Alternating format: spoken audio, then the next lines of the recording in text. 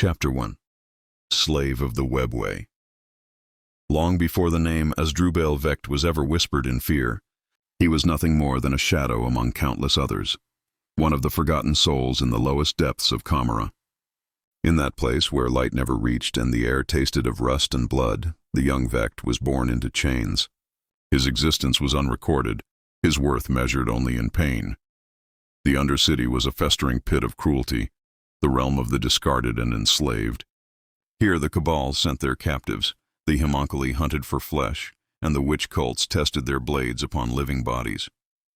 There was no mercy, no escape. Only the endless cycle of torment and the faint hope that death might bring oblivion.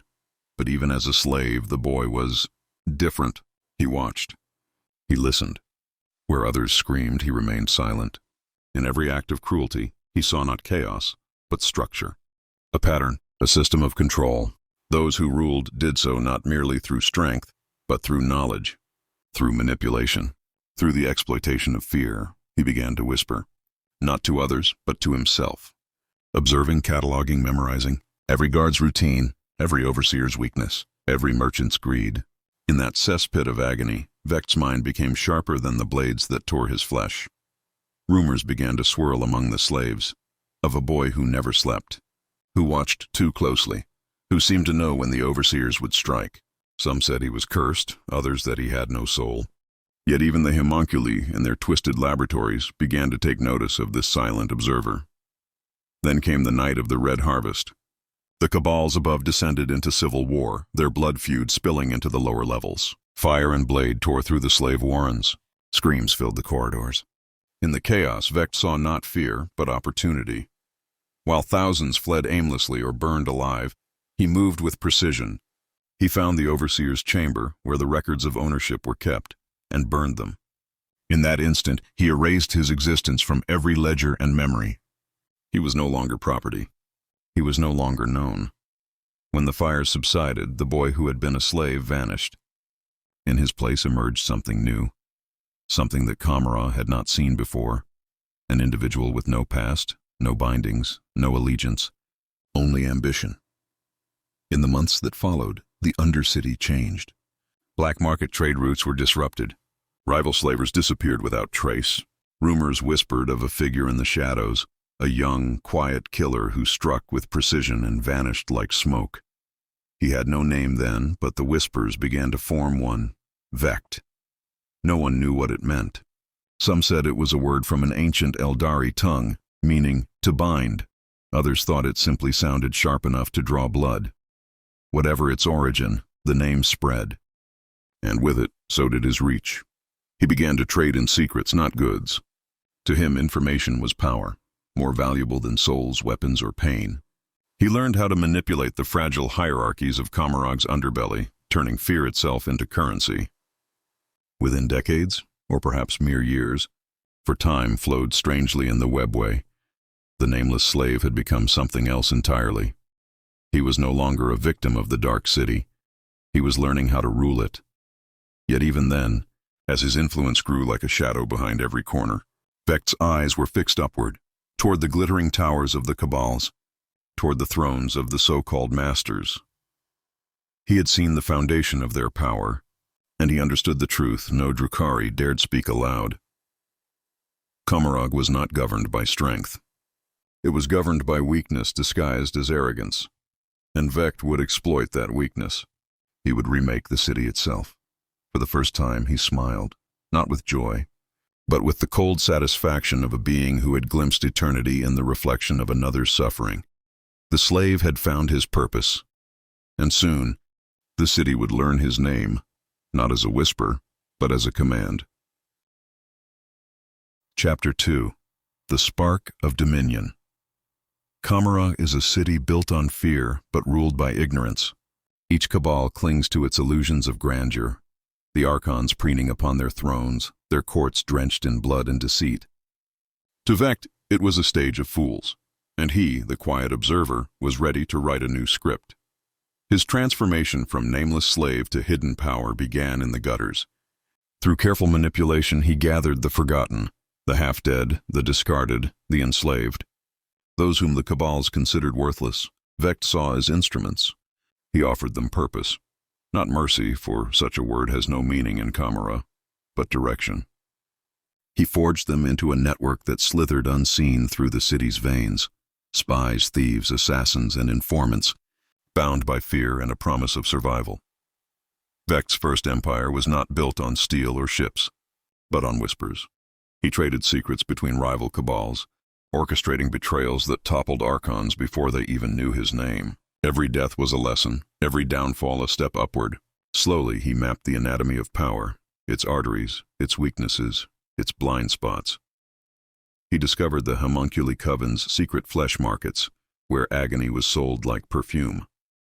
He learned the cult's rituals, the cabal's private pacts, the smugglers' webway routes that threaded between real space and the nightmares beyond. His mind became a mirror of Commorragh itself, vast, layered, cruel. Yet knowledge alone could not sate him. Vect understood that to rule, one must not merely observe the game, one must control its rules. And so he began his first great experiment, the orchestration of chaos on a scale the city had never seen. Two cabals, the Bladed Eye and the Thorned Coil, had long been rivals. Through forged messages, false lovers, and the subtle disappearance of cargo shipments, Vect ignited a war between them. In the span of a cycle, their blood feud consumed entire sectors. Thousands died, the Webway trembled with explosions, and both cabals tore each other apart while Vect's agents quietly scavenged their wealth. When the smoke cleared, only one figure profited, the faceless dealer who had supplied both sides. That dealer was Vect. By the time the survivors realized the deception, their strength was gone and their command chains shattered. Vect stepped into the void they left behind, cloaked not in armor, but in control. Those who survived the chaos found new allegiance to the one who had engineered their survival in exchange for obedience. It was during this age of subtle conquest that Vect encountered the homunculi for the first time, the ancient flesh artisans of the city's abyss. While others recoiled from their grotesque creations, Vect saw beauty in their science. The manipulation of life, the defiance of death, it resonated with his own philosophy. He entered their ranks as a patron, offering them victims, protection, and power in return for knowledge. They taught him the art of agony, how pain could be shaped, harvested, and transformed into energy. He learned that the Drukhari's very existence depended upon this cycle of suffering. And in that revelation he saw opportunity. Where others sought to merely survive through torment, Vect envisioned a system, a mechanism that could harness the pain of the multitudes and redirect it to sustain not just a few, but an empire. It was here that his grand design began to take form, a city where cruelty itself would be the engine of eternity. Commorragh would no longer feed upon chaos. It would become order, refined through fear and precision. The foundations of his power had been laid in shadow, invisible, incorruptible, inevitable. He no longer dealt in scraps of control. He dealt in the architecture of destiny. In the upper towers, the archons mocked his anonymity. They believed themselves immortal, their cabals unassailable. But below their shining spires, in the arteries of the dark city, a single name began to coil through the whispers of every den, arena, and laboratory. Vect, a name not spoken in reverence, nor fear, but in inevitability.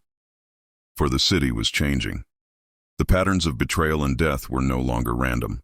They had rhythm, design, and purpose. And in every shadow, every death, every act of unseen cruelty, his invisible hand was there. Chapter 3. The Birth of the Cabal of the Black Heart.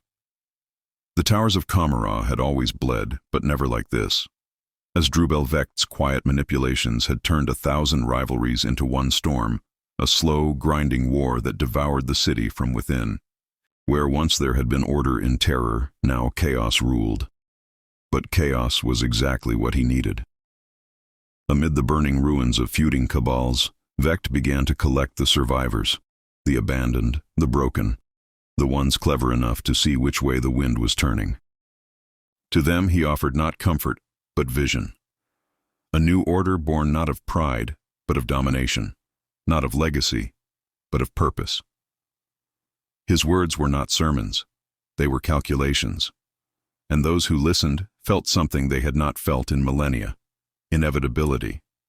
From this crucible of blood and ambition, Vect forged his creation, the Kabal of the Black Heart. Its symbol, a shard of obsidian pierced through with silver veins. A reflection of Commorragh itself, beautiful and poisoned. Its creed: all power stems from control, and all control from fear. Unlike the other Cabals, which flaunted splendor and arrogance, the Black Heart was silent.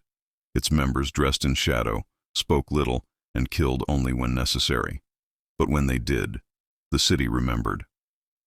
Entire districts vanished overnight.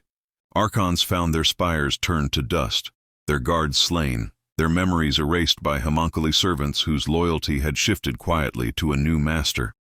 The homunculi covens became Vect's silent allies, their laboratories working endlessly to perfect new methods of torment, resurrection, and control. In return, he gave them protection and a steady supply of bodies to sculpt. It was an exchange written in pain, sealed in eternity. Yet, for all his brilliance, Vect knew the Drukhari psyche. Power must be seen to be believed. Fear alone was not enough. It needed spectacle. And so he staged his masterpiece, an act so audacious that it would tear the heart out of Commorragh's old order. The archons of the high cabals gathered in the spire of glass, that great citadel of arrogance, to debate the rising tide of instability. They bickered, conspired, and plotted as they always had, oblivious that every word they spoke was being fed directly to Vect. For months, his agents had infiltrated every guard post, every servant's mind, every shadow in that vast palace. And then, without warning, the Webway itself shuddered. Vect's fleet, blacker than the void, descended upon the spire of glass. The air screamed with dissonant energy as shadow ships breached the city's wards, weapons older than memory tearing through walls of reality. The archons tried to summon their guards, only to find them already dead. They tried to teleport away, only to discover their escape nodes had been rerouted into Vect's torture vaults. The assault lasted minutes. When the smoke cleared, thousands lay in silence. The old order was gone, their banners burnt, their lineages erased. And amid the ruin, Vect walked through the corridors of his fallen rivals, calm, immaculate, untouched by blood. In his hand, he carried a shard of the shattered spire, a token of victory and a symbol of rebirth. There, before the terrified survivors, he proclaimed a new beginning. Commorragh shall no longer devour itself in blind hunger. From this day forth, it will feed with purpose. The dark city will serve not the weak, but the worthy. And I am its will made flesh. No one dared oppose him. Those who did were executed with precision, their souls offered to the homunculi to refine his growing dominion.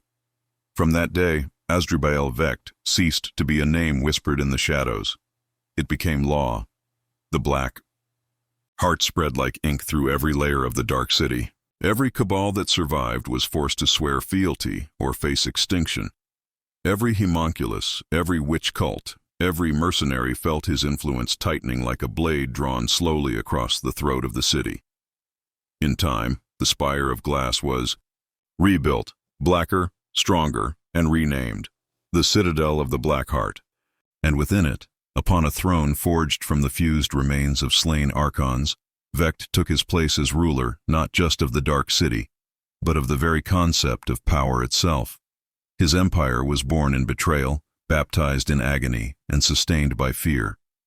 Commorragh had a new master, and though the city roared in defiance, deep beneath its endless screams, it began to beat in rhythm with a single terrible heart. Chapter 4: The Emperor of Shadows. In the aftermath of the spire's fall, Commorragh entered an age that its denizens would later call the Reign of the Black Heart.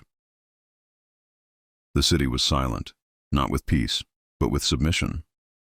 Every cabal, every cult, every twisted hierarchy now moved to the rhythm of one man's will. The reign of chaos had been refined into a symphony of control, and Asdrubael Vect was its unseen conductor. From his throne within the citadel of the Black Heart, Vect ruled as both emperor and phantom. Few ever saw him, yet his presence was felt everywhere. Messages appeared without messengers. Rivals vanished without cause. Markets flourished or withered according to his unspoken decree. Even the homunculi, those ancient masters of torment, bowed their heads when summoned to his chamber. The citadel itself became a reflection of his rule, a fortress carved from obsidian and starlight, suspended between dimensions. Inside, light bent and whispers carried across impossible distances. Its corridors pulsed faintly with the energy of souls harvested by the Cabal's raids. Every wall, every door was alive, watching, remembering. To enter it was to enter Vect's mind. Under his guidance, the Drukhari changed. Where once they raided real space for pleasure and excess, now they struck with purpose. Every raid, every capture, every harvest of souls was part of a calculated rhythm designed to sustain Commorragh's immortality. Vect transformed indulgence into economy, cruelty into industry. He established pain engines in the lowest tiers, vast factories of agony where millions of captives were drained of life and emotion. The energy of their suffering was funneled through soul conduits to feed the city's elite. To the Drukhari, this was salvation. To their victims, an eternity of horror. But to Vect, it was balance, the mathematics of survival. His mastery extended even to time.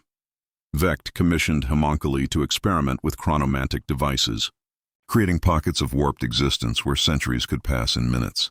In these vaults, prisoners were tormented endlessly.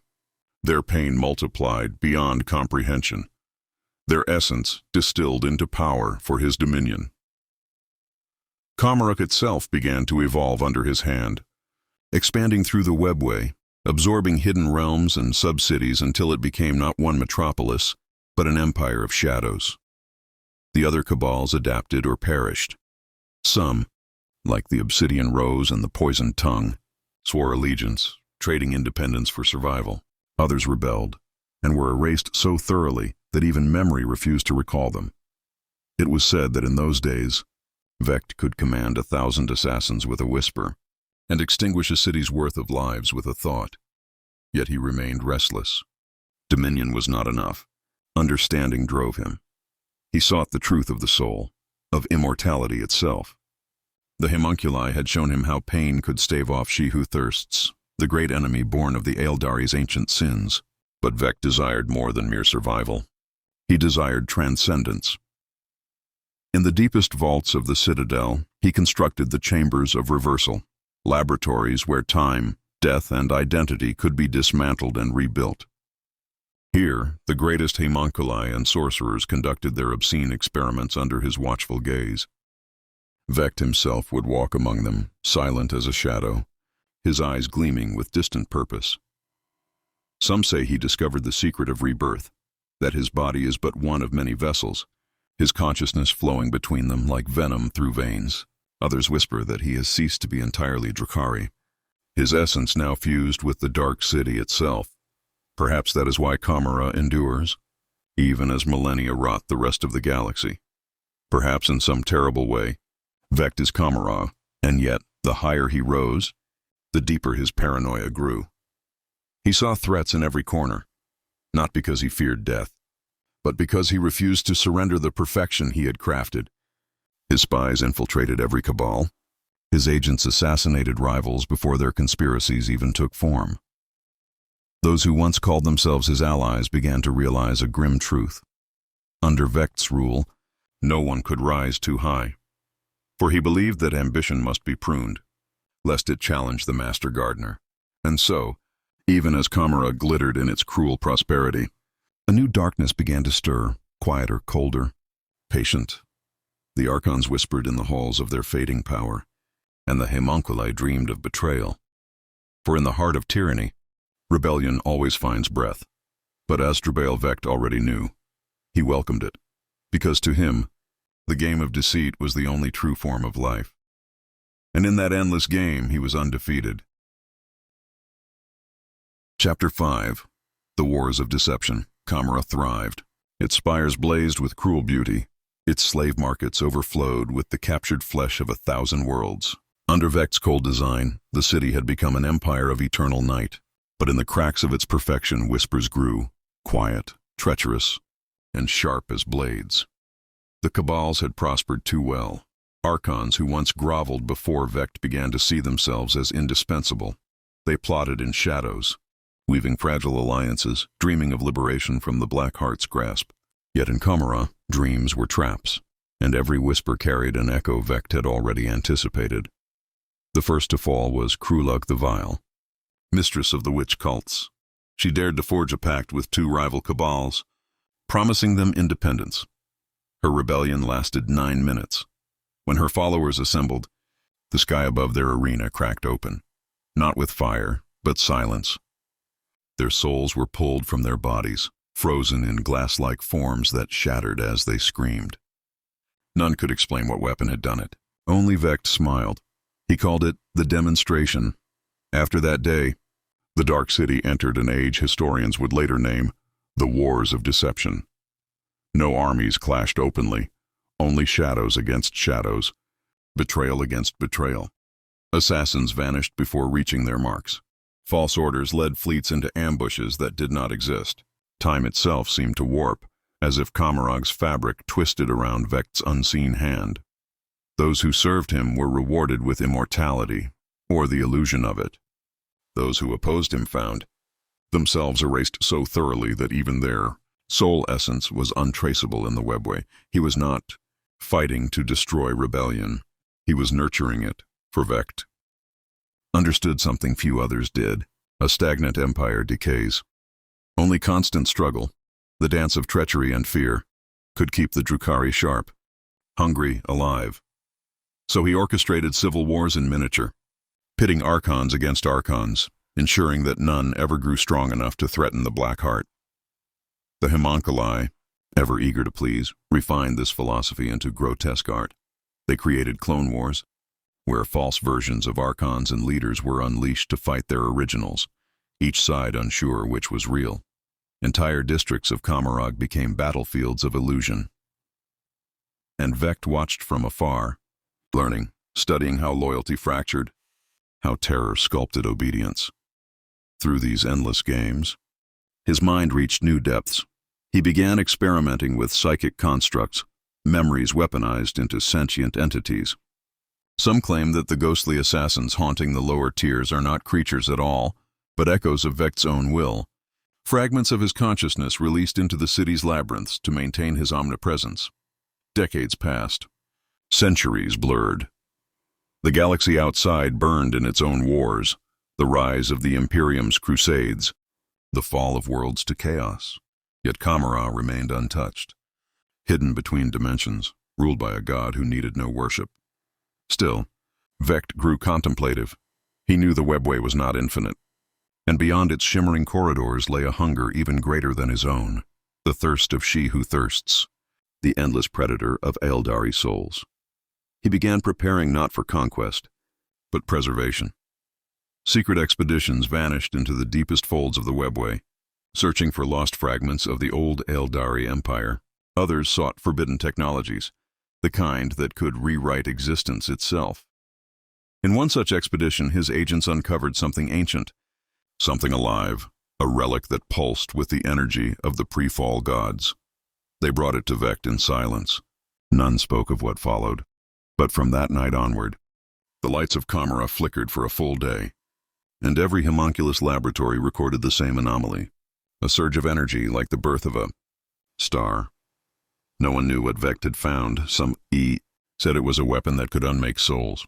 Others whispered that it was a fragment of divinity, the key to replacing she who thirsts herself. Whatever it was, it changed him. His gaze became distant, his tone softer, almost reverent. For the first time, the master of the Dark City looked not toward his empire, but toward eternity. And in the stillness of his throne room, he whispered a single phrase: "Even gods can die, but I will not." Chapter 6. The Secret War Beyond Time. Time within the Webway is a lie. Moments stretch and fold upon themselves, and centuries can pass unnoticed in the darkness. For Vect, time became both his weapon and his adversary. He had ruled Commorragh for longer than mortal minds could count, yet in his heart he sensed the shadow of stagnation, the creeping inevitability of entropy. He began to see the Drukhari for what they truly were, prisoners of their own creation. Their immortality was bought with pain, their survival chained to the suffering of others. Even the black heart could not outrun the hunger of she who thirsts forever. And so, Vect turned his gaze outward, not to the galaxy of mortals, but to the very architecture of reality. Through his agents, he learned of lost Webway nexuses, regions that existed before the fall of the Eldari, when their ancestors had shaped time and space like clay. Some of these places were said to contain temporal engines, relics capable of rewriting moments, freezing ages, or resurrecting what was long dead. To Vect, these were not myths. They were opportunities. He dispatched the Kabal of the Black Heart's most trusted warriors, guided by homunculi who had replaced their eyes with dimensional lenses, allowing them to see across the folds of time. They traveled deeper into the Webway than any Drukhari had dared, through silent corridors haunted by the remnants of Eldari gods, through storms of shattered dimensions where reality itself screamed. Many never returned, but those who did spoke of a place unlike any other, the Vault of the Infinite Tier. A chamber suspended between seconds, guarded by echoes of forgotten deities. There, Vect sought the device known only as the Chronarch engine, a mechanism said to have been designed to bend time to the will of the ancient Eldari rulers. He did not seek to rule the galaxy, he sought to escape its decay. When the device was finally brought to him, Commorragh trembled, its skies fractured into reflections of other possible worlds, echoes of realities where Vect had died, or never been born. Homunculi screamed as paradoxes consumed their laboratories. The city teetered on the brink of temporal collapse. And then, silence. When the storm faded, Vect was gone. The Black Throne stood empty.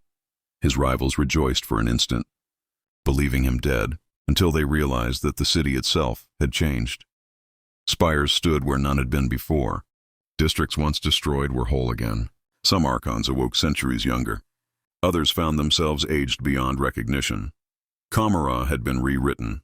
No one knows what Vect did within the heart of the Chronarch engine. Some claim he stepped outside of time entirely, becoming a shadow that exists simultaneously across eras, a being who can whisper in the ear of his past self and command his future in the same breath. Others believe he merged with the Webway itself, becoming its unseen will, its pulse, its hunger. Yet the Black Heart endures. Its fleets still raid real space. Its assassins still whisper his name before the kill. And when the skies of Commorragh flicker with black lightning, every soul, from the lowliest slave to the highest archon, kneels, for they know what that storm means. Asdrubael Vect still rules, not from a throne of iron or bone, but from the folds of time itself. He has transcended mortality, empire, and even his own people. Now he is the Dark City, its architect, its warden, its soul. And somewhere, beyond the reach of gods and death, a voice speaks within the void. The Webway remembers me. The galaxy will follow.